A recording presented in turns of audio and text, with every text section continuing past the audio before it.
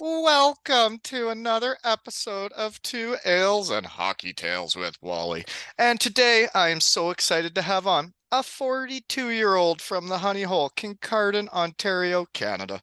His hockey journey has taken him to Canada and the USA. He is one of the original Shed guys from way back in episode 5, as he is most likely the most competitive little prick I ever did have the pleasure of playing with and against. He did teach me a lot about what it takes to win when we did exactly that with the Elmira Kings. But he didn't end winning there. He won everywhere he played. In 03-04, captained the Niagara Purple Eagles to the CHA Championship, and for fun, won Player of the Year, and is in their Hall of Fame. He did learn everything he needed to know about losing when my Daytona Beach Bombers let the Cincinnati Cyclones know what's up in a Game 7 thriller. But he did win her all the very next season with those Cyclones. And for fun, and because he is a winner, captained and won the Kelly Cup again in 09-10, cementing his place in East Coast hockey history and Cyclone history, winning the Coast Sportsmanship Award, and was named to the All-Decade Team of the Coast. Ran amok. But his winning ways started as just a puppy with the Kincardine Canucks, winning 3 All-Ontario championships. Welcome back to the Shed, Barret Ehgoetz. Thanks for having me. Hey. Excited. Yeah, aren't you pumped? You look pumped. I am. Yeah. It's been a while. Like, I was thinking about how long I've been doing this now. Episode 5 was a long time ago. How many years? January's gonna be the third year. 3 years soon. Okay, really? Yeah, Wow. I guess so. Well, I've done 344 episodes or so, give or take. Yeah, that's a lot. That's a lot of people. Big hockey family I got now, though. You know, it's really spread. Sure. Yeah. So I get it now. We know each other. I don't know what we talked about in episode 5. It was too long ago. But you are from Kincardine, Canada, where I live now, right? I am, yes. Mm-hmm. You haven't made it back in a while, eh? Didn't make it back last summer, unfortunately. Summer before I was there. Right. Missed you though. Yeah, never saw you.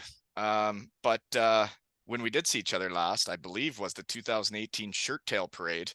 We ran amok that weekend, didn't we? Yes. I know we talked about it last time, but I think we should bring it up again because it's one of the best traditions ever in the world. The old boys and girls reunion in Kincardine, Canada. We only have like 4.5 short more years until the next one. Yeah, I was gonna say that was 2018, it'll be 2028. Yeah. Yeah. I think I'll still be ready to play. I won't be too old. Yeah, it's a lot of fun. That's pretty cool. I've been a lot of places, I've never seen anything like it. So folks that don't know, what happens is, well, it's a full weekend event, right? Starts with golf on the Thursday or I think Friday. Thursday, I think. And I was just new in Kincardine, man. I didn't know that many people, and I did get invited to a foursome of some Shed guys, Big Joe Haste and Pugs, and I played in a foursome that day, and I couldn't believe how many people were not working in this area. Every golf course was full, like, and every hole had 8 people at least at it. Yeah, and I think most people there's lots of people that can't even get in to golf. Yeah. Yeah. And then then all the buses that take you to the golf course then take you to the beer tents after the golf playing, right? And it's a full day event. Yes. Yes, full day. But I guess people around here can do a full day, you know? They're ready for the old boys when it comes around. I don't know. When I came, we were just moving to Chicago that summer from Cincinnati. So the wife let me come on my own. Oh. But I just came up Friday and left Sunday, I believe. Yeah, I remember when it happened last time, and like you start thinking about your kids, and you're like, so you're gonna be how old each time? And you start planning out because like what age you are, and like if they're participating in the activities, really, you know? Yeah. Well, I want to say the first one, like I was like my kid's age probably now, right? And so like 8, 7, 8, 9 years old, maybe something like that.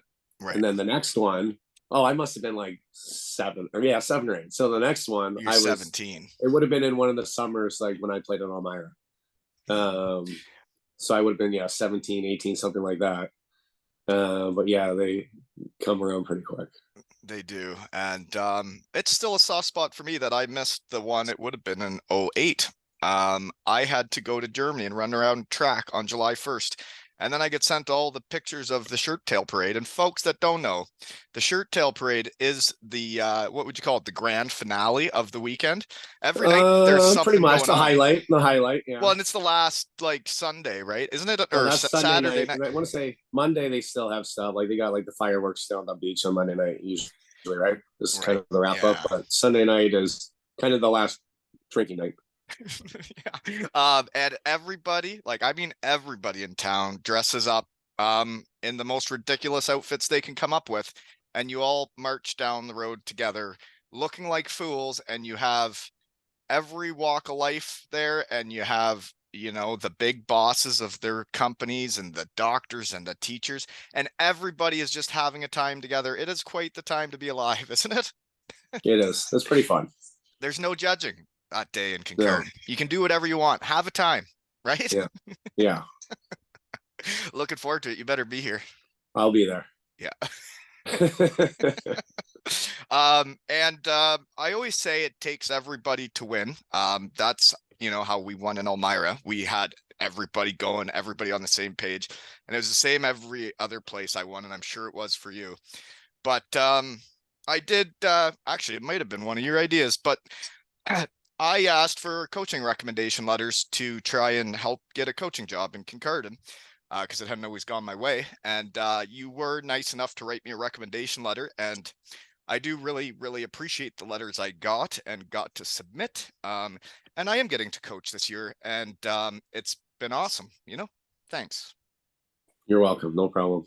Yeah. I know there's been a lot. Like obviously, I've been involved in the hockey here with our kids, and um, there's just like our organization is bigger, but there's certainly like a lack of or a need. Like there's certainly a big need for like really good hockey people. To Because teach the there's kids. like it's and it's just and I'm involved, like I'm coaching 3 different teams this year when I have the time, but Jeepers. um So you're a bit involved. but like you also need like other perspectives from other people too, right? Like Oh, like just because 100%. Barret played hockey somewhere, this place doesn't mean that Barret knows everything about hockey. And like It's very there's true.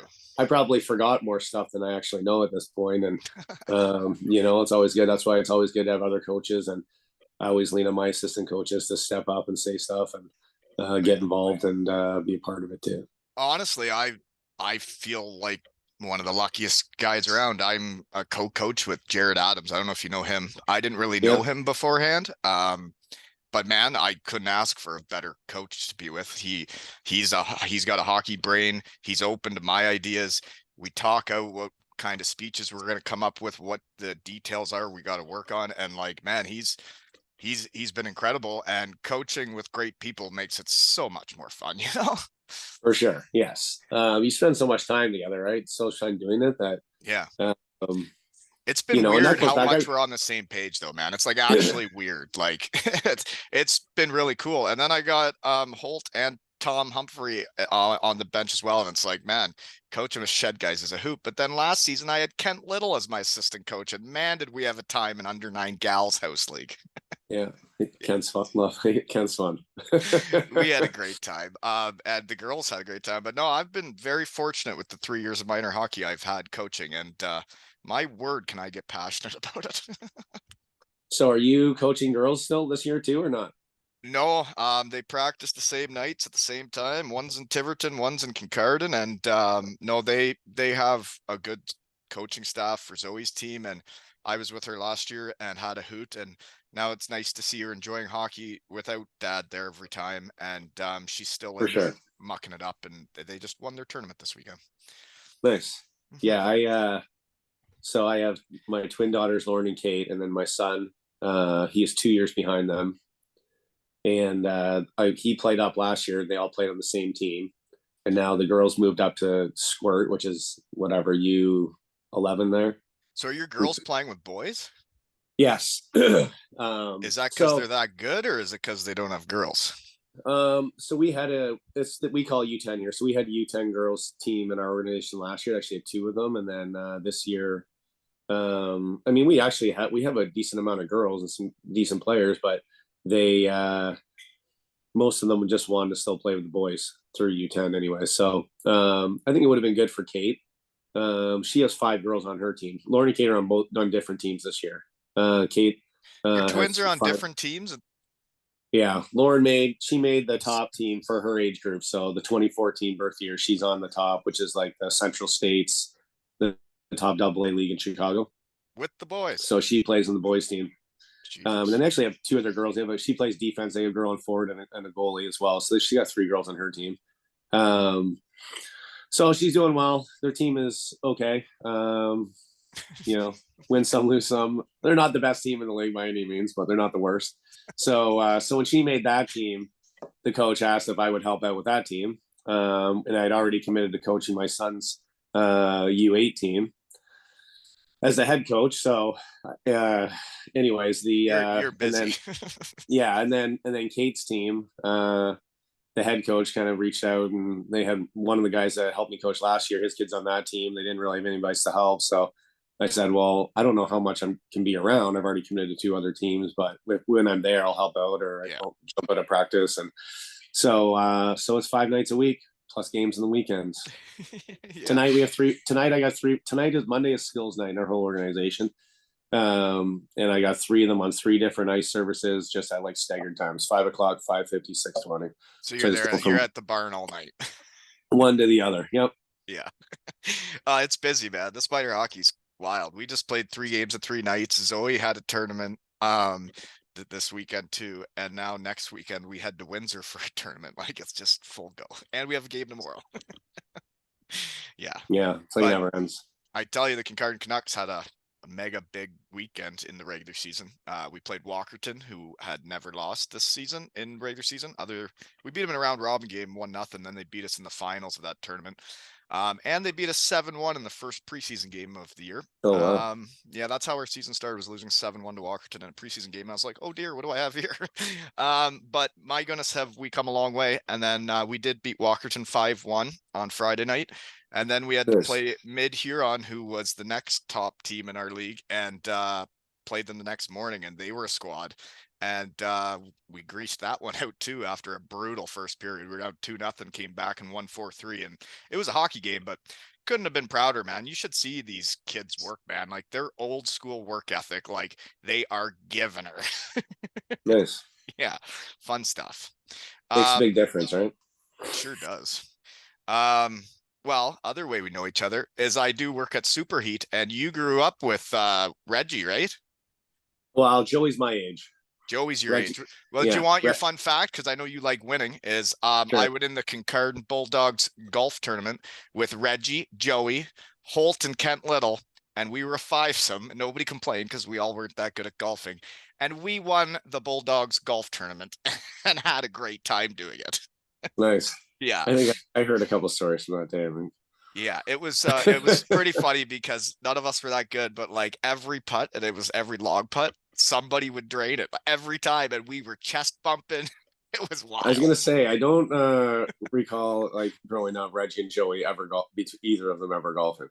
No, but they have fun when they do it. I'm sure. Yeah, it was good getting to know them that day. I didn't know them as well, but I've worked for the company now for, I think it's like 8 years now. You know? Yeah. Well, so Joey and I we played right together from like novice together. And then we ended up playing, like, we went to the Highlanders together and played, and actually Reggie played on the Highlanders. We were the major Bantam team. He was the minor Bantam team with Tyler Murray. They were both on that team. He's coaching the gals this year. He's coaching a lot of my old gals. Yeah. Right. Yeah. So anyways, like, Norm had 2 kids going. So Norm would either drive. He just bought that started that season. He bought this brand new white Suburban. So he was hitting the road every weekend with that thing to one of the games. So we'd always be carpooling, or Joey. My dad was the assistant coach. So Joey would always come with us to practices, and then the next year, Joey made the Owen Sound Grays. I played in Kincardine for the Bulldogs, and Reggie he still played for the Highlanders, but then like was an affiliate, so he played for the Bulldogs a little bit that year.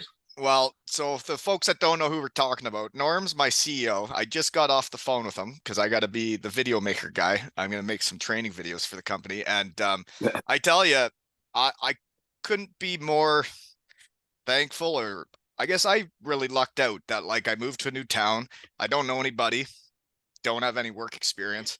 And I meet Ron Sale, and then I meet Norm at Boston Pizza on a Wednesday, and we just got shooting the breeze, and I had an interview there.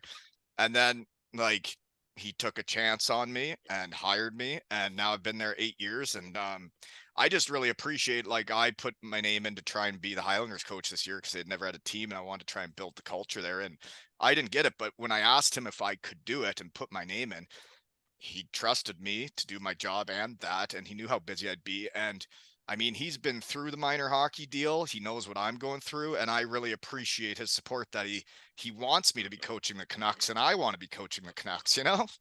Yeah. Yeah. He definitely, he was doing the same thing, right, with his kids, and Yeah. you got such a short, Window. short span of time with your kids as they're growing up and involved in sports or whatever they're doing, and But it's great when you work for someone that gets it, you know? yeah, for sure. Yeah, and I've been very lucky how it's all turned out in Kincardine for me. Is like now I have meetings with him, and we get through the business stuff and figure out what we got to do. And then, man, it's just like talking to any other shed guy in the shed after. He's a dandy. Yeah. Anyways, other ways we know each other. We won the Sutherland Cup together way back when, and we were supposed to have our 20-year reunion, and then COVID shut that shit down. And then we were supposed to go drop a puck or something, right, at a Shuriken game. And nearly every guy on the team is coaching minor hockey, and everybody was gone different directions coaching minor hockey. And I thought, that's awesome. Championship people coaching kids how to hockey, right? Yeah, it's kind of, I wasn't going to be able to make it anyways, but it's kind of sucked that kind of got canceled, right? Well, postponed, right? Postponed, yes, to be rescheduled. Right. I don't know when a good time to do it is, though. I would say if we missed the 20 year and now we're in this middle stage, why don't we just wait till 25 and then blow the doors off? Yeah. What year was it? 2001 ish. I don't know. I think. Yeah, about that. That would have been. Yeah. So then we're looking, a couple years from now, we could do 25-year anniversary, really do her. Right. Yep. But I thought it was neat how many guys were coaching hockey in that group chat. Everybody was like, I'm here this tournament, I'm there, I'm coaching this, right. I'm coaching that. It's neat. Yeah. So you did, I mean, I guess this is what happens when you win stuff.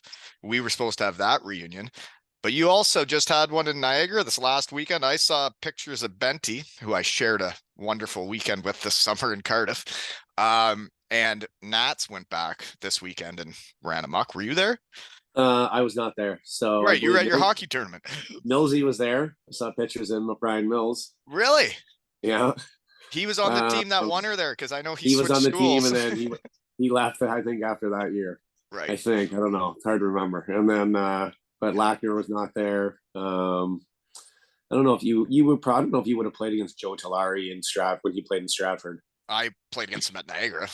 Yeah, he was kind of him and Nat were kind of the ringleaders of it. So of this weekend that just happened. yeah, I'm a player's end of it, anyways. But I think they had about half the team there. Like one guy came from Finland, guy came from BC, guy came from Idaho, and that's cool. That's what winning does, though, man. It's like us Western Michigan Broncos. We haven't been back. And, yeah, but we should go back. I think one of the things that I think some guys just went on their own, but I think probably half of those guys, same deal. Like they've got kids that are, around my kids' age, stuff like that, or they were able to bring their families to it and stuff like that. And that's kind of the first thing, or the first time that we've done other alumni stuff, or they've organized other, an alumni weekend or game, or come watch the team on Saturday night. And there's a lot of Ontario guys or Western New York guys that are close enough, or they do a golf outing in the summer or something, but nothing to really like, hey, like bring your kid and like hang out in the locker room and for the weekend and stuff like that. So that's kind of the response I got. Like that was kind of a cool part of it. Yeah, for sure.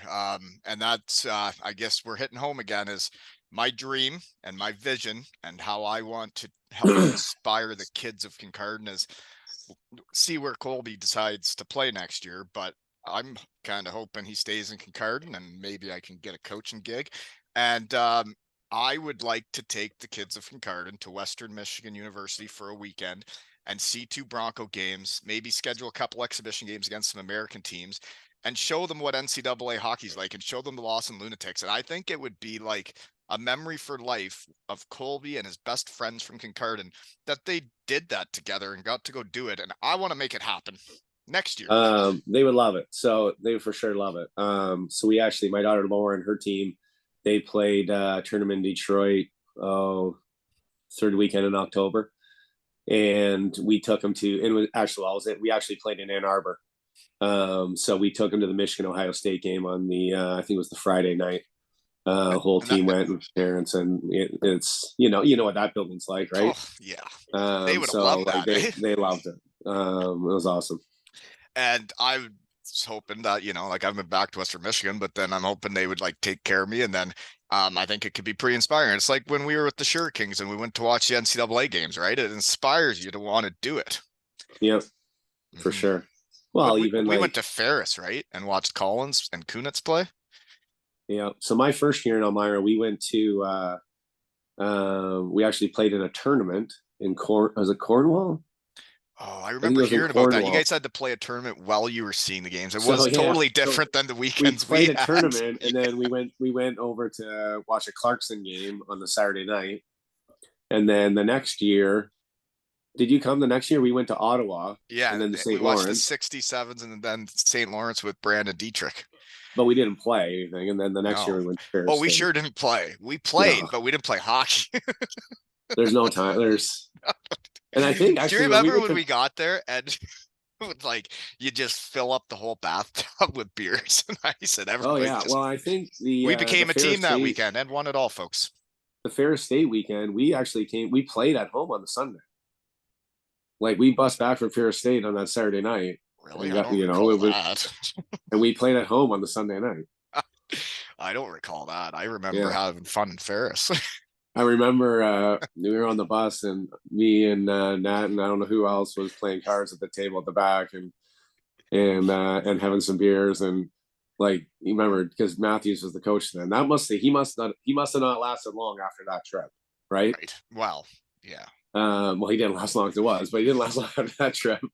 And I remember he was basically like, "Hey, like shut it down, go to sleep. We got a game tomorrow." And we were just playing cards. We were obviously loud and whatever. And he yelled something back to Jeff, and he barked something back at him, and like those two, Oh man. those two And never got along. yeah, coaching's it's a thing. And the way that year went, and we got Dave Officer in, who's just a great person. Maybe didn't have all the hockey experience, but he knew how to find the knowledge about hockey, and he knew how to get the best out of his players and get everybody feeling right. And he knew like that John East, our assistant coach, had a ton of knowledge, and he leaned on him, and he knew how to bring a team together, didn't he? Yeah, it was quite the change. It was. Yeah, and we won it all, didn't we? Fun times. Very.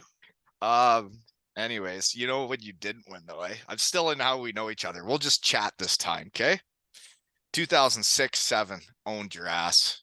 You guys were up 3-1. The Daytona Beach Bombers of Ohio came storming back, and man, the vein in your forehead was sticking out, and you were so mad at your teammates those last games. I was loving it. Do you know what? Beating you is one of my funnest things to do. It doesn't matter if it's cribbage, ping pong, a game of Risk. I always enjoyed beating you because you get so mad.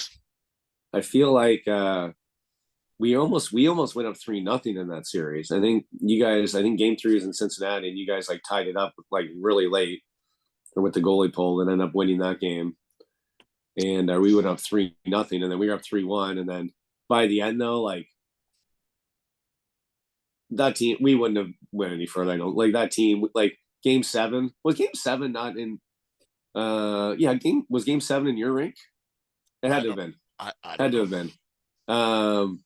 We had guys like fighting in the locker, yelling in That's the how you locker win. and going to the Yeah. third period. Yeah, right. Like it was going well. Like we had You did have one some players on defenseman that like squad though. screaming at other guys, like telling them to pass on the puck, and so Well, fun fact for you, that series is, um, I mean, whatever, it happened. We did it. We were down 3-1, and I know one of the guys on the team, he had his car packed. He figured we were done and he was heading out of town. And well, we had a day, it was a sunny day in Dayton, Ohio, and we got the beanbag boards out and got some beers. And you know what? Everybody was pretty down and stressed out, and we had a fun day playing beanbags and drinking beers. And then we were all sunburned and showed up in Cincinnati for game 5 and won.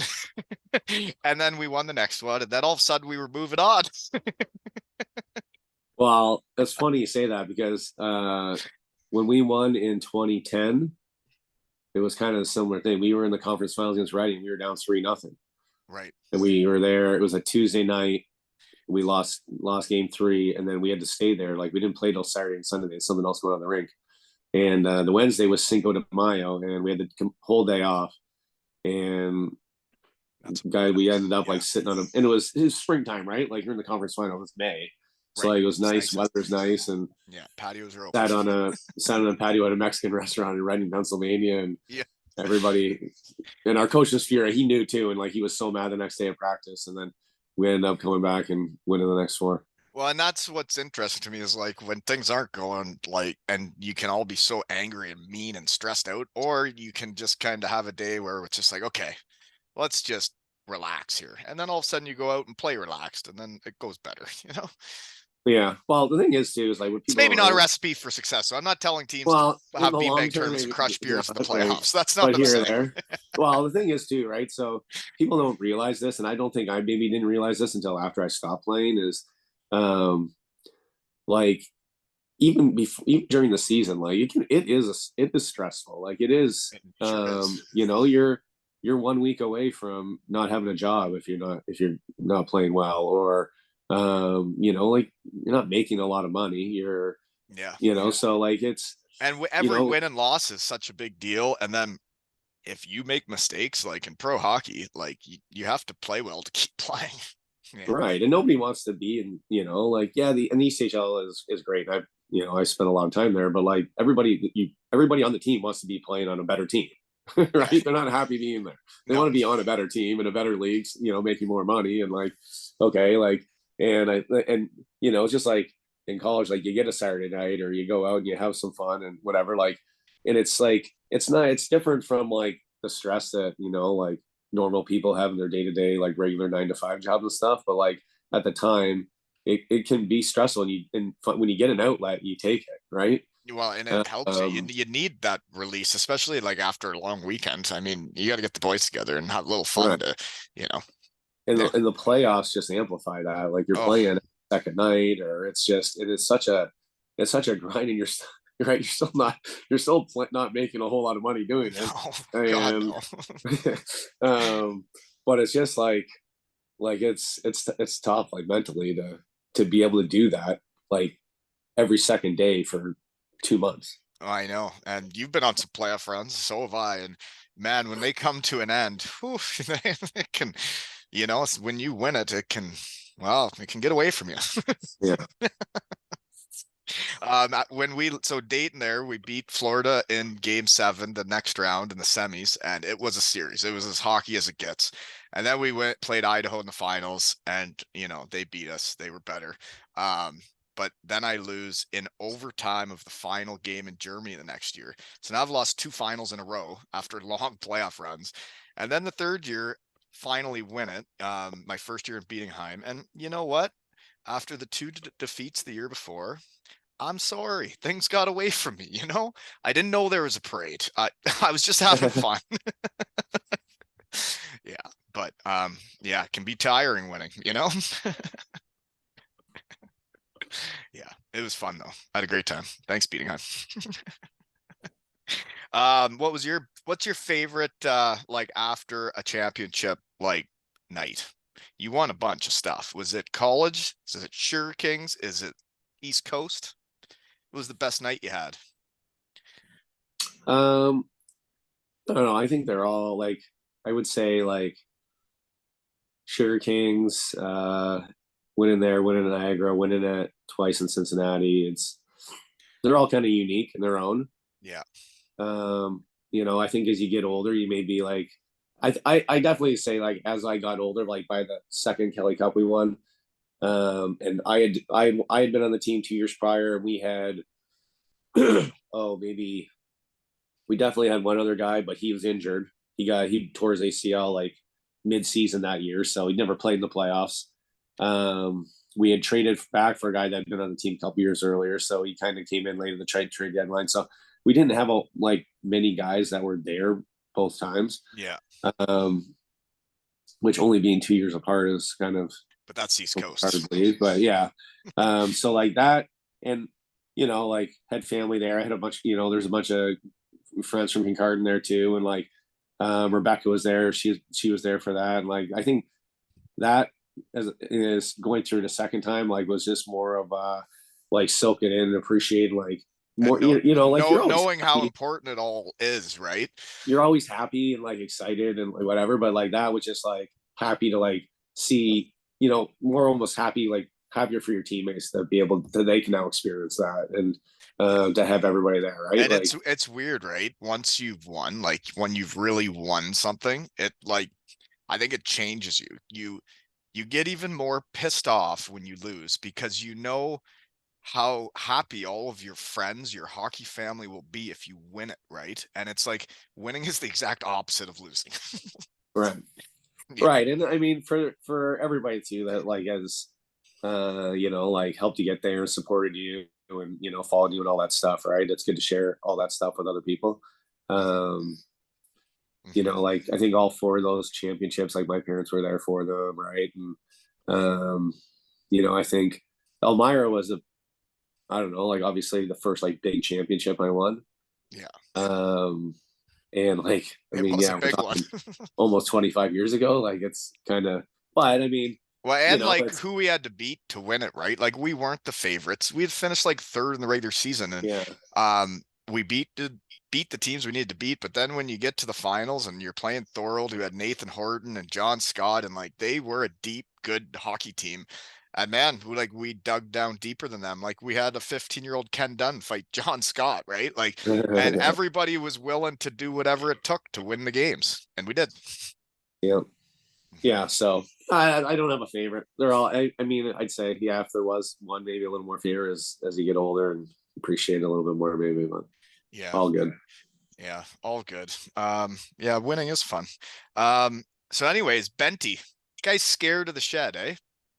Yeah, I can't believe you haven't had him on yet. It's embarrassing. I go over for a testimonial for Josh Batchett's testimonial this summer. We have the weekend of our lives. And he says he's not a talker. I'm like, I heard you talk all weekend. We talked all weekend, and now you're not a talker. But then he'll get in his ice tub in the morning I was and going to let ask if you've been everybody watching know. him. And he's telling everybody about how cold the water is. And now he's nicknamed himself Ice. And it's like, and you can't come to my shed and talk to me, but you can talk to everybody in your cold tub. Come on, grow up, Benty, right? Well, I think he's lost. Yeah, like his Instagram thing. He did that 45 day challenge or whatever, and But he he's lost like skinnier 20 than when he pounds was or a something. hockey player, man. He's in Yeah, way better shape. he never worked out like that when I played with him. Oh, yeah, I don't know what he's trying to prove these days. Fun So he fact, was I don't exercise ever anymore, and I weigh less than when I was a hockey player. I was only 182 pounds the other day. That's without working out, folks. That's just laughing in my shed. You know, good diet. it is a good Um, diet. he's he's funny. So he was 2 years behind me at Niagara, and when he came, like his first year, like he was a true freshman. He didn't have a driver's license yet, and he was living at home in Thorold.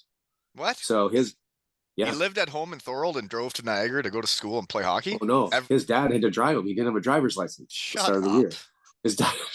Maybe this is why he won't come to the shed, is because he's nervous to tell me this. So his dad had to drive him to school, in college. You had a teammate get dropped off for college hockey by his dad. And then we had another guy that was living at home in St. Catharines too. So sometimes like his dad would drive and then meet the other guy, and then he'd take him the rest of the way. Okay. And you know who I did just see? That was Uh, only, I think he got his license like probably like around now, like it was before Christmas, but that was cool. That was for like 2-3 months. um, Sorry. no, that's incredible. And what it's interesting how shed guys know shed guys, and you won a championship with Benty, and then I go to Cardiff and we won one, and then I'm done, knees gone, but then they keep winning, and Benty shows up and they're winning everything, and then I get to have a weekend with him. It's just such a small hockey world, the shed guys, you know. He's a beauty. Yes. He only stopped playing a couple years ago, didn't he? Yeah, it was like when the baloney started, I think. Okay, so probably 3 years ago, maybe. Yeah, like they were just about to win her all, and then he never really got the right send off. But it was nice he got to go back for a weekend, and we got to muck it up. Yeah, he had a good saying that he just kept saying, "Somebody stop me." It's like every day we'd get up and it would start again. He said it a lot Well, because it so I didn't think the stop all weekend. We had fun all weekend. I think the last time I saw him, it's like I haven't seen him in a long, long time because I don't get like I'm just not close enough to get back to those things at Niagara very often, But you get to see him in his or cold tub, rarely. and you get to see him working out, right? Well, when he was the year after I stopped playing, he was playing in Asiago with Matt McDonald, who I played in Cincinnati with for a few years. And he's from Niagara Falls, and him and his wife are over there, and me and Rebecca knew them well. His wife's from Cincinnati, so we were going on a trip to Italy. We flew into Venice, and then we went up to Asiago for a few days. And you I saw think Benty and Asiago. 3 days, and we watched the game. The first night we got there, they had a game, and then I think the next night was New Year's Eve, maybe. So got to see him and catch up with him, and I think there's a couple other guys on that team that I ended up had played with in the past too. So it was good trip. Well, whether he's a talker or not, and he's scared of the shed, he is a shed guy. He's a dandy. He would be Uh, good maybe if you got him on with somebody else, I think not Nat. honestly, well, I tried to get him on with you and Lax Oh yeah, yeah, and yeah, Nats, yeah. and then he said he fell asleep in the bed with the kid. And it's like, how could that? There's no way that's possible because when I'm hitting the shed, I'm so gosh darn excited I can't think about anything else. There's no way that he's soft, eh? Be Yeah. better, Benty. Or maybe I'll have to catch him in his cold tub in the morning. Maybe he'll talk to me then. But I just saw Nats in Ripley, Ontario this week. He texted me a picture of the arena, and I was only 10 minutes away, and it was a night I had off. So me and my son went and watched his son muck it up in under 11. Nice. Yeah, they dominated Ripley. It was tough to watch. Yeah. But yeah, Nats is hilarious. I saw him coach baseball in the summer. His team won it all in the league my son was in. I Yeah. went and watched them beat Walkerton, and then I went and watched him coach hockey. And he's funny to watch coach. Is he still intense? Yeah, yeah, he's funny to watch coach. Is he full ball? He's got to be a full like ball pants, full uniform baseball coach, He's probably, right into it. right? And you know what? He won it all again. Way to go, Nats. Winners win, right? Yeah. And I just saw Lackner in Elmira when I went home for a family Christmas. I stopped in to see Drew Banger for 20 minutes, and he's coaching the under 11 Woolwich team, Elmira, and they just won their silver stick. Oh, nice. Yeah, shed guys winning all over the place, eh? Yeah. Okay. What else do I got here? Jeepers. You got anything? Well, I look at my notes. I haven't looked at them in a while. Yes, I got something. You What? got nominated into the Niagara Hall of Fame or something, didn't you? Yeah, that's been That's a long time ago. would have been the year before my daughters were born. Really? That So long they ago? just turned 9. Yeah, so it's been 10 years ago. That's got to be a pretty neat day, eh? Yeah. Well, they do it like Like, did do they it with. retire your jersey or do they just put like your picture up on a wall? No, they don't retire my jersey. Some guys been wearing number 11 still. We Isn't went that to. horse manure? I went to. Does that guy So know that what was. kind of skates he's trying to fill? Be better, buddy. I Get number don't know. 11 off your back. Put her up in the rafters. Be better, Purple Um, Eagles. Figure it out. I think there's maybe 4 hockey players in the Hall of Fame there, but they do it. They did. like all the sports. Like it wasn't just me, it just wasn't my day. Like there's a basketball player, there was a women's tennis player. I think they did maybe like a whole. It was like the swimming and diving team that won, like went to the NCAA tournament. But that's what It was winning before does, I right? was You there. you get put in Hall of Fames when you win stuff. If you don't win stuff, it's like, well, you can put up all the points you want. Like winning individual awards doesn't mean shit. It's like my career at Western Michigan. I got some awards back there from like the seasons for like MVP or top scorer, but it's like I'm not going to any Hall of Fames. I haven't even been back yet. And it's because we didn't win. It's like you can be as good as you want. You need everybody to win, right? And you guys Yeah. had a squad. When you get Benty, Lackner, Nats, and Net, and you guys had a squad. Yeah. You definitely winning kind of helps.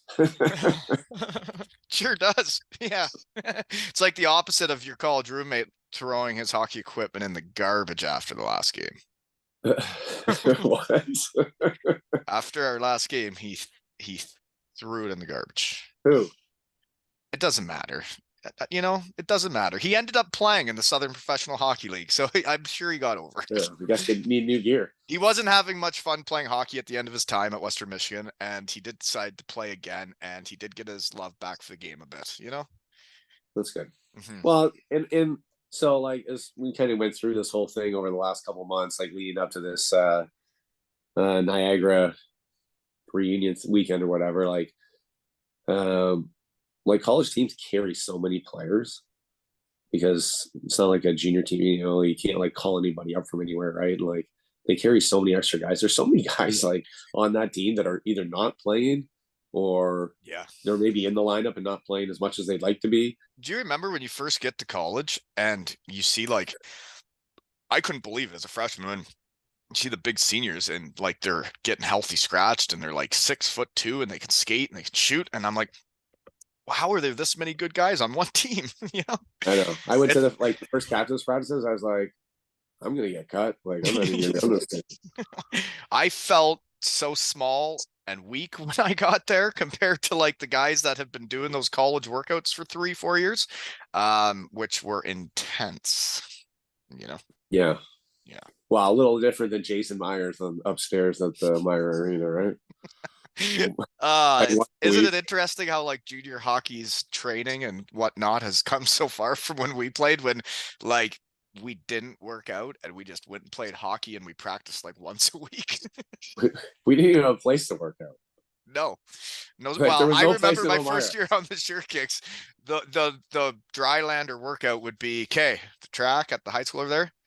Go do 2 laps and come back, and that's what we do. And then you'd see the old fellas just kind of really nonchalantly going around the track, and you're like, well, I guess I'll do that too. Yeah, Game's changed a bit, eh? a lot. Your kids have nutritionists yet? No, but so Lauren's team this year is the first year they do at our rink. We have like we have a workout room up top.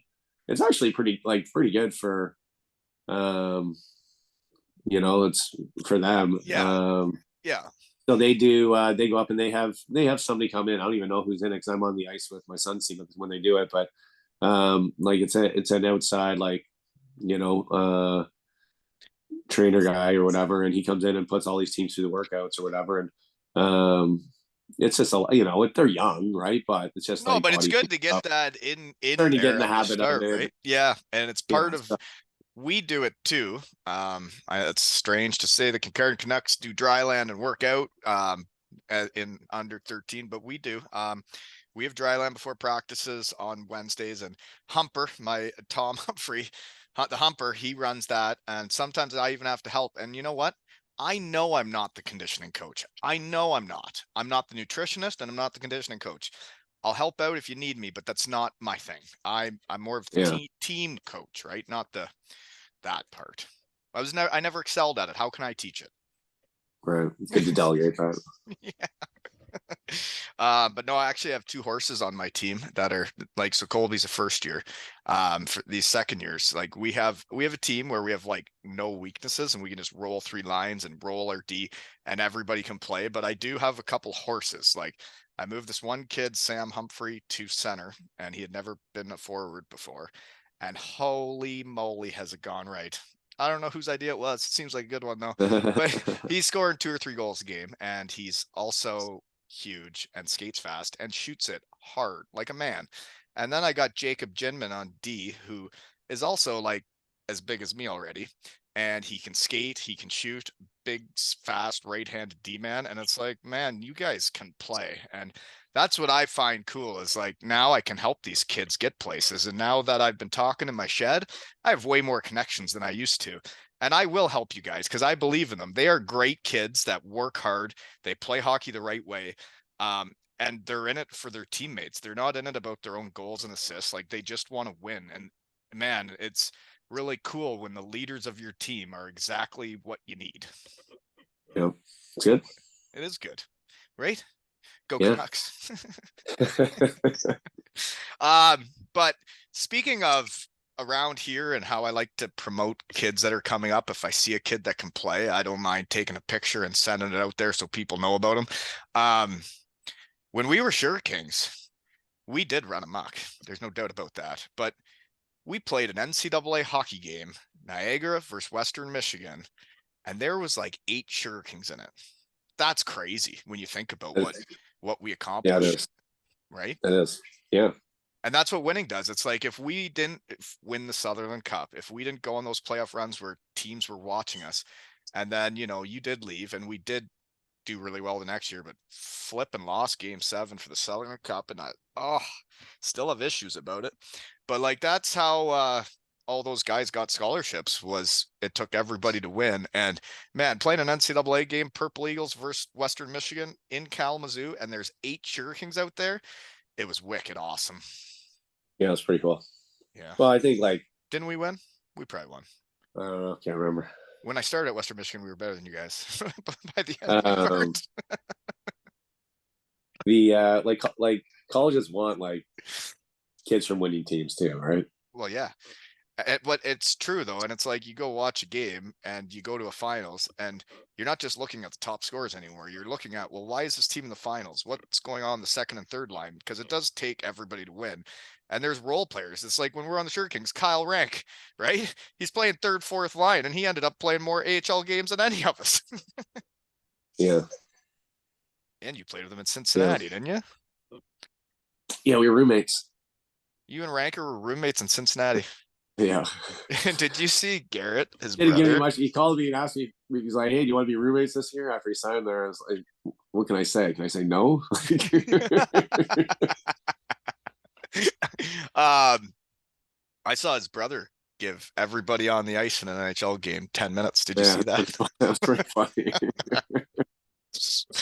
Oh man, but yeah, that's a I saw hockey Kyle. Kyle stopped in here with his whole family. They were driving to Minnesota this summer, end of the summer, sometime this summer to visit. Roxy's sister lives out there. Oh really? I know he's coaching They gals stopped hockey in too. here. They hung out and they stopped in here. They stayed the night. Their girls are. His youngest girl might be close to my girl's age, and then the other one's a little older. Kids played, had a great time. Well, people probably wonder how players get places and do things in hockey, and it's like, well, when I was in Bietigheim, and he might have been with Cincinnati, I tried to get him to come to Bietigheim. We needed an import, and our coach's life was on the ropes there with our team, and I tried to convince Ranker to come to Germany, and he declined my offer. And then our coach did get fired, and then they brought in guys I couldn't really work with either. When would that have been? It would have been 2009, 10ish. Okay, so he played in Cincinnati the year in between the years we won. So it would have been 08, 09 he was there. Yeah, it was right. But then he was in Portland the whole next year, I think. Right.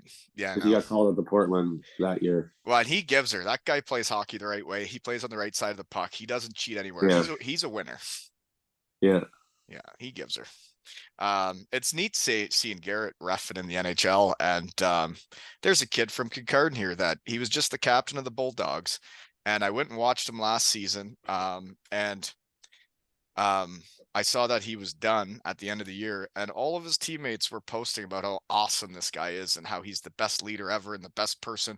And then I go watch the Bulldogs this year, and he was reffing the game. The next Oh, season he really? went from the captain to the ref, and man, like he ran a tight ship out there.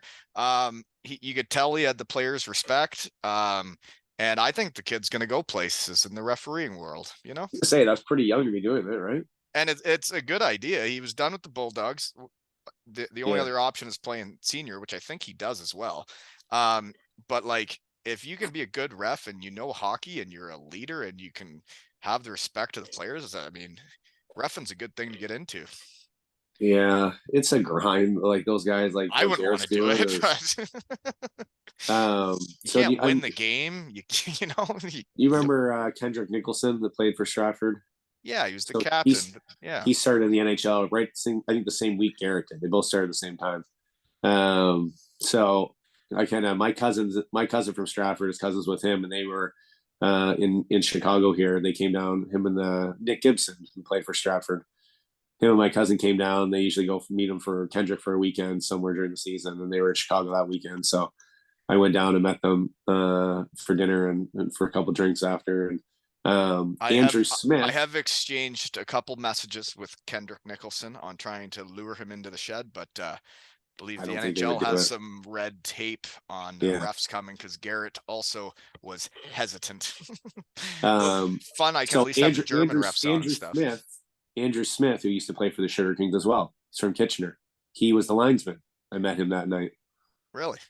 Yeah. Well, I mean, it seems like an easier way to make the NHL than playing. Yeah, probably. Just But a lot thinking of out those loud in my guys, shed again, folks. I think both Kendrick and Garrett, they were able to go from like the OHL to the AHL, NHL. Like a lot of the guys, like a lot of the US guys, like they'll go like there's a lot of guys like I know and recognize a lot of NHL referees that were in the coast when I played. Yeah.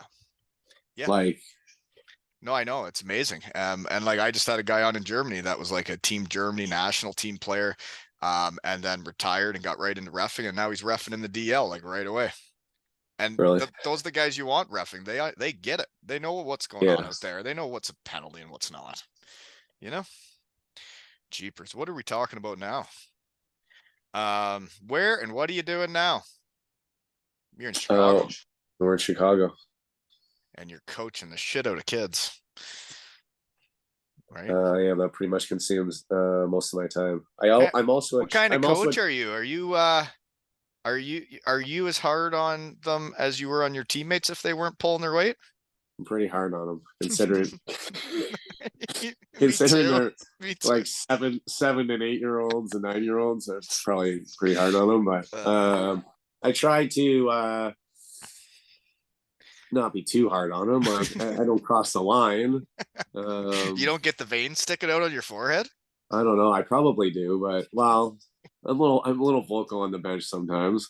All Like my right. son Alex, he's 7, and he's a good player. He plays defense on our team. He's be our best defenseman, and he like when he does something, I'm like I get mad and he comes off, and I'm like I'm talking to him, but I'm also like probably raising my voice a little more than I should sometimes, and he's just like I'm like like why like what's the first like you're yelling at me like I'm not yelling at you. Yeah, I don't yell at them, but it's like our game Saturday when we're playing a great team, and like it was the second game in a row. We're not ready after than the first period, and we're down 2-0. It could have been way worse. We were getting manhandled, and we were playing awful. And then like we don't have a flood. We're not in a locker room, so like I mean, you have to give your speech on the ice where people Yeah, hear, right? And I just got down there in their face. And I'm like, you guys know that wasn't good enough. But you get your eyes you get a little fired up, right? I didn't yell, but I let them know that they sucked yeah. and they needed to be better. So I said, go out and be better, and they did. But Um, so I I would try to say make like it fun though for my coaching style is I try to make it fun, but it's like if you're not working hard, competing and doing things right, then it can't be fun because then I have to let you know that I can only have fun when you do it right. yeah. Um, I'd say like certainly like I have like very high expectations Yeah. for the kids. Like I don't think like I think 7, 8, 9 year olds can do more than what we're like allowing. Like I'm continuously pushing them and like hey, like I see that you can do some of this stuff. Well, like then Do you it. should be doing it all the time, Yeah. right? And you Yeah. should be doing it, continue to get better and better and better doing at it, right? Like, so I think I've got 5 kids that were on our team last year, and so that's a good group to have. And then we got a lot of like the younger kids that are Alex's 2016 birth year that'll kind of probably be, with him and on his team, next year and moving forward. So, um, That's what's different, interesting about coaching in Kincardine is all 3 of my years have been totally different teams. Like I have a few of the same kids from 2 years ago with the boys, but like only like 3 or 4, and it's like a whole different age group, right? Because now Colby's a first year. And yeah, it's like the teams change drastically. It's not like in Elmira where it's one age group together where you might change out 2 kids or house league kids right, might get better. It's realistically the same team every year. Not here. yeah, yeah. So what we have is starting in, squirt Adam U10, U10, 11, whatever it is. That's when we have like minor and major, right? So Lauren's team is the minor team. So I mean, like, there's some other kids that like you have your major team, your 2013 teams, your minor team, your 2014 year kids, and then the rest of the teams though are mixed years. They're both like Kate's team is a mixed year. She has first and second year kids. And there's a few kids that, I'm sure there's kids that will improve and be able to step up and like compete for spots on that team. But like right now, like that's kind of like their group of that Lauren's team, like that their That'll team be next year is going to be almost all of those kids again together. So yeah. we've got a good head coach. I help. We got a good assistant coach. Like so, we're trying to Yeah. get that team. You're We're okay this year. Like our goal, we just want to be better next year, right? Like yeah, let's move you're up. trying to raise the puppies right and get better. Yeah. So I mean, I guess there's pros and cons to it, I guess, but like, if you get a good group and a good group of kids and parents and, Yeah. um, It does take the parents too though, right? Like the parents I don't know. I don't know what it's like for you. I've had to have some teaching moments with a couple parents of like what's right and wrong in hockey, you know? I don't know if you've had to do that. It's kind of awkward. Because you just sign up to coach the kids and you don't want to have to like tell people to stop being negative in the crowd and stop saying about other kids this and that when their parents are sitting right in the same area as you, you know? Like that's I can't imagine saying something negative about a kid while I'm up in the crowd watching in like when their parents can hear what you're saying. It's like how why would you do yeah. that? That's why I Well, can't go up and I always go stand at the other side of the arena in the corner by myself. Leave me alone and let me watch hockey if I'm not right. coaching. Yeah, yeah, yeah.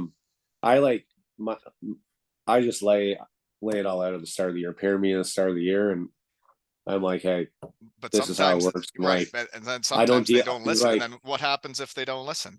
You bring it back up? no That's one ever has. I'm well, and I will eventually, but I'm a year and a half in. I haven't had a single issue with a parent, or a kid or anything. And I've said, I'm like, hey, this is the deal. Like, if this but is the that case, but I said it's not going to happen, so don't even bother me about no, so that's well, it's like interesting, right? Because I'm with different age groups every time. It's like we have parent meeting, and I said like we need everybody to be together. We need everybody to be positive, like cheer on the boys. We don't need negativity in the crowd because I've seen it in the past. And when people start getting negative, it's exhausting and it changes the experience.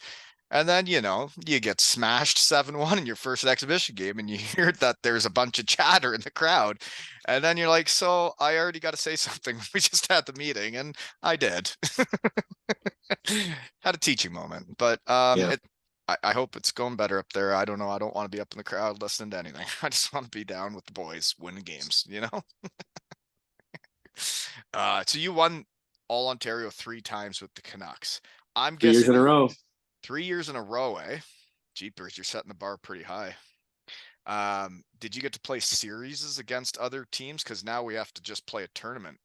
Yeah, we always did series. So it was Isn't always that better? um if you win.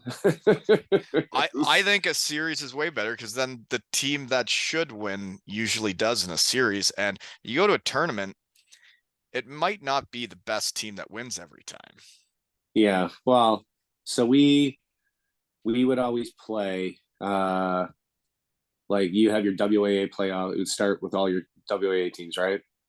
So we would have like 8 teams beat Kincardine, Port Elgin, Walker and Hanover, Goddard, Mount Forest, Yeah. uh, Minto, whoever, right? Like you have 8 teams, and then so you have 3 series just to win that. And then depending on the year, sometimes we had 2, sometimes we had 3 series after that.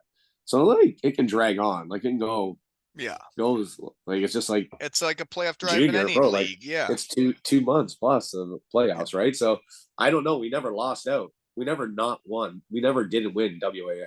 Won WAA every time. So we were going that far in the playoffs every single year. Yeah. But like I don't even know what happens when you don't win. Yeah. I think you're just out I of think there's like hockey another quick. there's like a consolation playoff or something, isn't Yeah. there? Yeah. I think so. Yeah. They let them keep playing, but it's, So I actually don't mind the idea of the tournament. Like that's what we do here. There's no series. Um, like Lauren's team in that league. So we have 17 teams in that league, which is like a lot. It's kind of ridiculous. Um, it's a lot. and it's all Chicago, and then there's 3 St. Louis teams that we let in the league for some reason. I don't know why. Um, and then you play your season. It goes till basically the hockey also ends earlier here. Like your season goes to like the first weekend of February, and out of those 17 teams, the top 8 make the playoffs. And the And other then ones are done. it's basically one weekend tournament for those top 8 teams. Mm. But that's the league playoffs. Then you have the state playoffs on top of that, which is just a single elimination, like play down. It's not Okay. serious though. I don't even know what it looks like for us. It's all so different now. So we played a first half of the regular season. We play the last game tomorrow against Port, and then they like rejigged the whole league. Okay, Like, so that's similar. Well, we don't do that many games of it, but we do have a seeding round. Well, like that league, like when Lauren is like when they're on the top teams, we don't do it anymore. Just everybody has their top team. So they yeah, should be all good. But like for Alex's team and for all the other travel teams, they'll do a seeding round. So, but we play like 6 games. Like Alex's team played 6 games. After 6 games, you figure out like who's whether a what? team's good or not, or where they should Yeah, be, right? yeah. And then they put them in the division for the rest of the season. Yeah, that's what we got coming up. So we'll see who they put with us, but we're 11-0. So you're going to be in the top division. Yeah, well, apparently they ranked teams in Ontario, and Walkerton was ranked #1 in Ontario. Well, we beat them 5-1. And then Mid Huron was ranked 4th, and then we beat them the next day. So What I are don't you know. ranked? Well, I don't know. I think the rankings are supposed to come out today, Barret.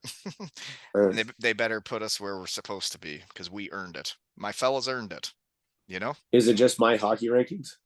Yeah, it's just whatever. But I think when the fellas earned it, they should be up there. But I looked at the what they got on there. They added our exhibition games into our record. So like before the season started, when we played an exhibition game, they counted that. Like they have us with 4 losses. We haven't lost 4 games.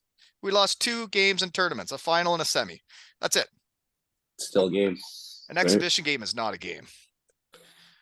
It's not. Okay. An exhibition game is an exhibition game. It's not real, Barret. Well, We weren't even ready yet. We there hadn't even really is no exhibition game. Well, then next year don't schedule it.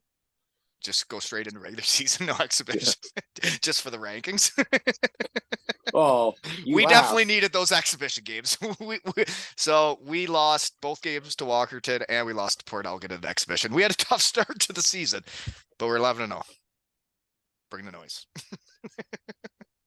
Right? Well, maybe you'll crawl up there by the end of the year.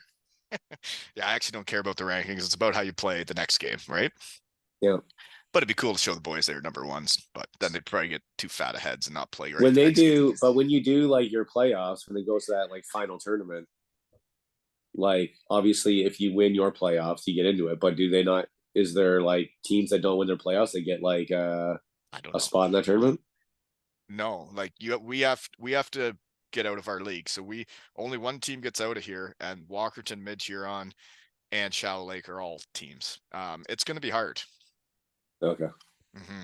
Yeah, we're How gonna is Shallow Lake like at that level? Like is that big of a town now? I think they're just that good. Nobody wanted to live in Owen Sound, so they just like moved out to Shallow Lake. Shallow Lake is good, man. They won all Ontario 2 years ago when I was with the AE team. My boys there, we lost in the quarterfinals of all Ontario. Shallow Lake, they had this one kid, Brady Snow, that well, he was no C player, and they had a few others who are still there. And yeah, they had a squad. Yeah. All right.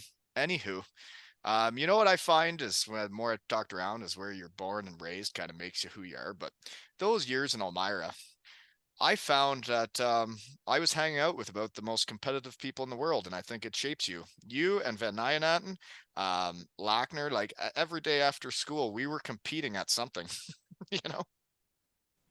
Yeah. Yeah, those Ping pong cards, ping pong would get, oh man, Van pitcher Nijenaten batter would catcher. stink so bad. Yeah, pitcher batter catcher that was intense. Do you remember when the ump gave you a bad call in the first ever pitcher batter I don't catcher know. tournament? Oh man, did you lose your mind? I remember it because I think it was like the last out of the game that eliminated you from the tournament, and you hit it, and the ball bounced behind the plate, the tennis ball, and then spun fair. And naturally, if you don't get it past the pitcher, you're out. You didn't like that call. You thought it was a dead ball. I think the rules may have been not necessarily clarified. Maybe at the Well, you got a bit competitive that day, first time. but I won. I won. Me and Rodney. I see. I don't remember that either. That's because you didn't win. That's why you don't remember. Okay, here's a cutting edge question. How'd you end up in Niagara out of Elmira? How did you decide on that school? They're the only ones that made an offer to me, or the first ones, anyways. And that is, Um, when did you sign it then? Because you did win the Sutherland Cup and were the playoff MVP. but before that, it was in like November, mid-November. It was right. Right. So we played in. We were Remember, going through at the same time, right? Yeah, I remember it. remember they had those. We used to like go play in Kitchener on Tuesday nights sometimes. Yeah. And we played at Kitchener at the Odd, the big rink, on Tuesday night. We got killed. Dustin Matthews is still coaching. We lost like, I don't know, 4 or 5 goals. And I'm getting undressed, and Matthews comes in and he's like, hey, like there's 2 different schools out here that want to talk to you. And I was kind of like, one school has never talked to me. How's there 2 here one night? Like, when we got smashed. Like, yeah. like, could they have picked a worse night to come? Like, yeah. Right. And so, anyways, I went out there, and there's a guy from Union, and 2 guys from Niagara. So I talked to them or whatever, and they said, "Hey, like if you want to come down next week and see the school." So me and my dad drove down the next week. I think that would have been like the week of U.S. Thanksgiving, because there wasn't kids on campus. The hockey team was there, whatever.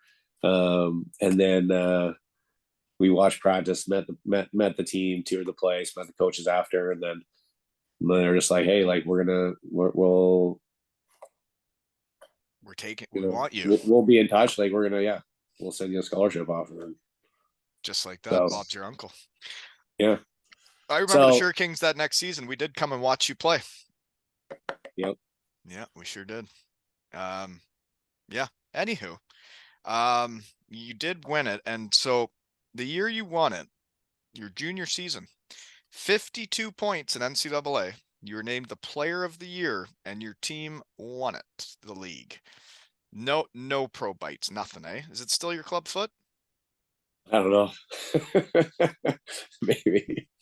They just saw that skinny ankle, and they're like, nope, can't do it.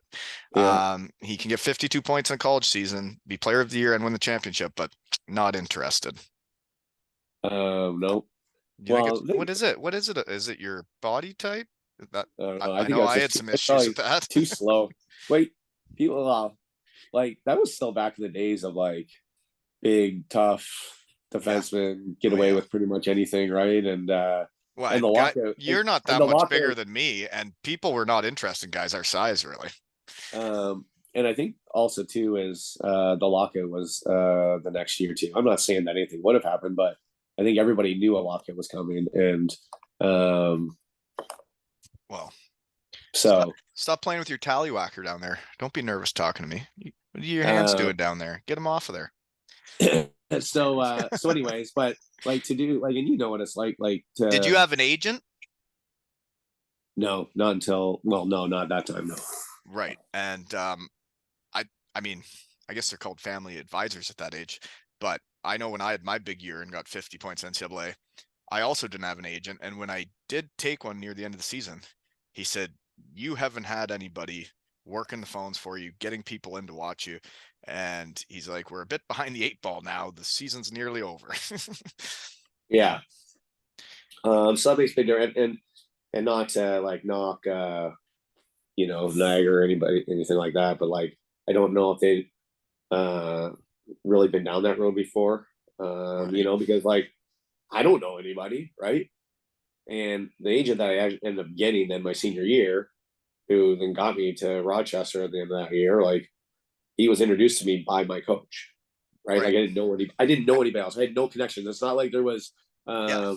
there wasn't like a guy that I had played with 2 years ago that was like playing pro and had an agent that like was Yeah. reaching out to like connect me or anything like that, right? Or And that's how hockey works, though. It's a lot about how you people you know, and that's what I love about doing this now is I can help out small town Ontario kids because when I post stuff, there's NHL scouts seeing it, there's OHL people, there's NCAA people seeing it. It's like the people following the shed are actually like hockey guys. They're not usually yeah, fans, and I can get people's names out there. But I found that it was very same for me when I got to Western Michigan.